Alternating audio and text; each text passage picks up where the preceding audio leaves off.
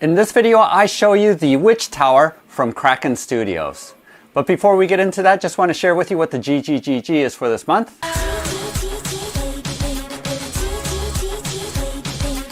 Each month, Bob the Beholder picks some of my Patreon supporters to receive gratitude gifts. And for this month of March of 2022, we have this printed and painted Aztec Viking dice tower from Mythic Roll, as well as 2 late pledges, which includes 34 different models. We have 2 all-in pledges for the Flatline City 2 Kickstarter. We have 2 all-in pledges for League of Dungeoneers. We have this battle map book from Yarrow Studios. We have $100 going towards a crowdfunder that the Patreon supporters are currently voting upon. And surprise, we're including the STL files for this set, this Witch Tower, to be given to 2 Patreon supporters. If you want to get in on that, go ahead and click on my link below to go to my Patreon page, and you can check out all the details there.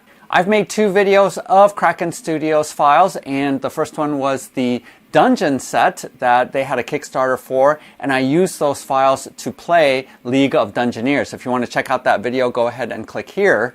And that set works super well and is really versatile. And I like how the walls are substantial enough to differentiate the room, but not so large that they take up a lot of space. So I feel like that's a great set for fantasy dungeons. And the second one made my top 3D print from last year, 2021, which is the Blood Bowl / Blitz Bowl set. And I think those sets are really impressive and just makes the game that much more exciting. So go ahead and check out that video here as well. But they just released this tower, not as part of a Kickstarter, but is in their store right now. So use the link below if you want to go and purchase this. I think it's 12 euros, and that comes out to about $13.25 in US dollars, at least for today. And you can purchase this set right now. It does come with 2 different platforms, so I made it so that I can remove this top one here and then insert this one. But actually, after I film this video, I think I'm going to permanently affix this one onto it because I just like this platform more so than this one, although both of them look pretty cool. And you can keep both of them on hand so that you can swap them out. But I think I'm going to go ahead and just glue this one on because I really like this platform as well. And overall, I really think the aesthetic of this tower is really unique and is fun because you have these side buildings coming off and this sort of rickety sense of a used and well-loved tower. And I like the design that's also up here as well on the roof.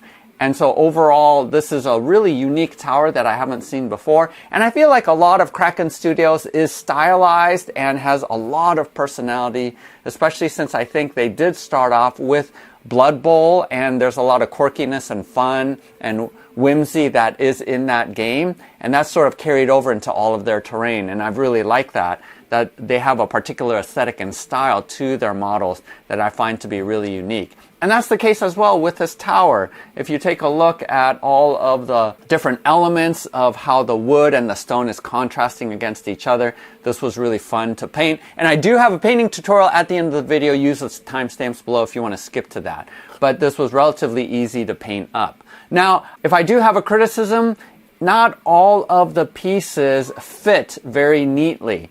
And I might have goofed up some of the build, especially this section of the tower. It looks like I didn't exactly place it the way that it was supposed to go, and so that might have affected how these, especially props, are fitting against one another. But I couldn't get it to fit exactly together, and it might be a different story because I know most of their files are optimized for resin printers, and I printed this off of my FDM printer at 0.2 millimeter height at about 5 to 10% infill depending on the piece. Because it's optimized for the resin printer, I did have to use quite a bit of supports. So I don't know if that made it so that the pieces didn't quite fit as well, because I know that they test printed these pieces. And also, a quick disclaimer, they did come out with an updated file to have an improved base. So just keep that in mind that they did make adjustments since I printed out this first piece. All that to say, I don't really care that much because I'm not a perfectionist that it doesn't fit exactly right. And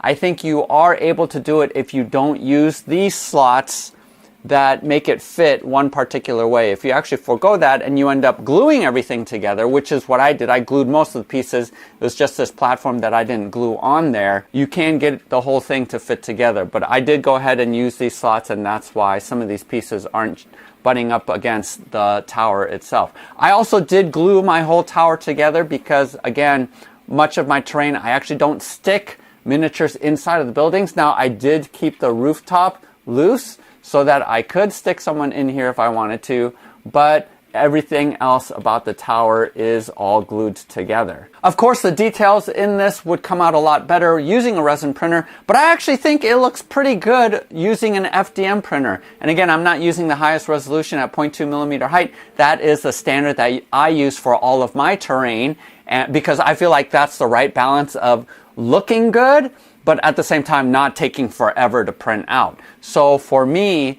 this level of detail is fine. All of my terrain is printed at this level, and at tabletop, you know, the terrain overall isn't the main centerpiece. It's your miniatures or your faction or army that you're playing with. And this set would work super well with any of your fantasy sets, or if you're playing Dungeons and Dragons or other RPGs, this would make a really fun tower and goal for your party to go into. So they are going to be coming out with a Kickstarter soon. I'm not entirely sure what the theme is going to be. Maybe it's going to be more of these buildings, which would be really nice.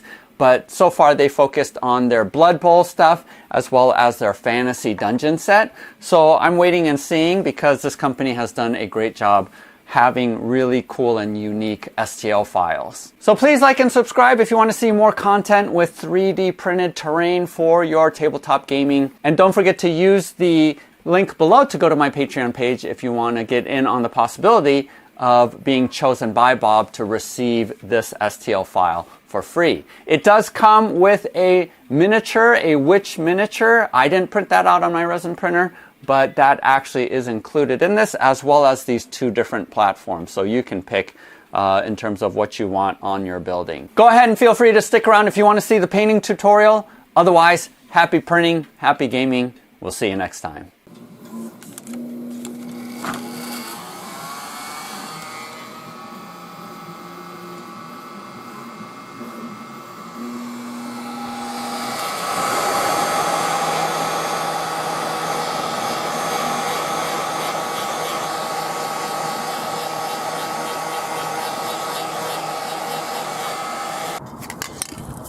Alright, first thing I'm going to do is spray prime with this Krylon Camouflage brown. And the reason why I use this is because it is very flat and doesn't get shiny, and it's very dark brown. If you don't have this, go ahead and just find the darkest flat brown that you can. And I just give a nice even coat, approaching all the pieces from one side and then moving over and doing the other side. So just hitting it from all sides basically. So go ahead and just prime all the pieces this way.